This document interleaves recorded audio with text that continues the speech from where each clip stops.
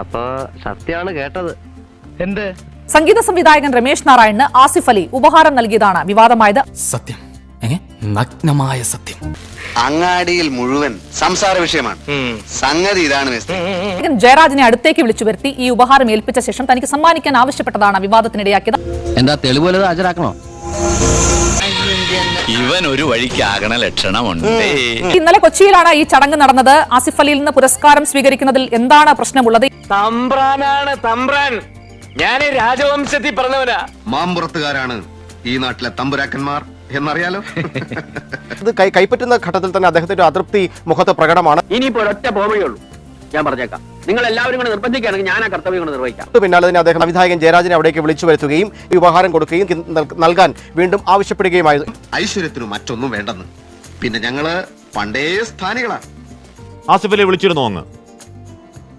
Hello, Asif Ali വിളിച്ചിരുന്നോ sir? പിന്നെ phone എന്റെ പട്ടി വിളിക്കും. അല്ല, ഇത് ആര് കൊട്ടാരം വീട തലയെക്കെട്ടഴിച്ചറിയക്കെട്ടാ. ആസിഫ് അലി ഞാനൊരു മെസ്സേജ് കൊടുത്തിട്ടുണ്ട്, വിളിക്കാൻ പറഞ്ഞിട്ടുണ്ട്. തന്റെ വേഷം കെട്ടലൊന്നും എന്റെ അടുത്ത് വേണ്ട. അല്ല, എനിക്ക് വിഷമമുണ്ട്. ഈ ഒരു സിറ്റുവേഷൻ ഉണ്ടായതിൽ വിഷമമുണ്ട്. ഒടുവിൽ കുറ്റസമ്മതം നടത്തി അല്ലേ? ആശാന്റെ തൊലിക്കെട്ടിയാ സംഭവിച്ചിരിക്കുന്നു. അങ്ങ് നേരിട്ട ഒരു അസ്വസ്ഥതയ്ക്ക്, ഒരു അതൃപ്തിക്ക് ആസിഫ് അലി എന്ത് പിഴച്ചു സാർ?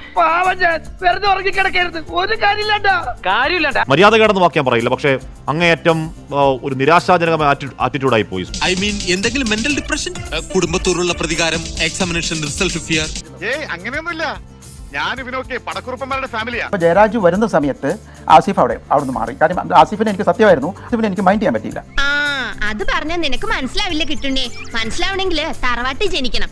എൻ്റെ പേര് മാറ്റി വിളിക്കുന്നു, എൻ്റെ പേര് വേറൊരു പേരിൽ എന്നെ വിളിക്കുന്നു. അപ്പോൾ ഞാൻ എന്ത് കരുതും?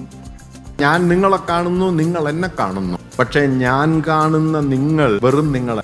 ബോധം ഇല്ലാണ്ട് എന്തെങ്കിലും ബുദ്ധിമോശം കാണിച്ചാൽ ബുദ്ധിയുള്ളവർ ബോധത്തോടെ പറഞ്ഞ് മനസ്സിലാക്കി തരണ്ടേ? അതല്ലേ ബോധക്കേടുള്ളവരുടെ ലക്ഷണം. തീർച്ചയായിട്ടും Asif is like my son. എനിക്ക് പറയാൻ എനിക്ക് ഡാഡി വേണ്ട.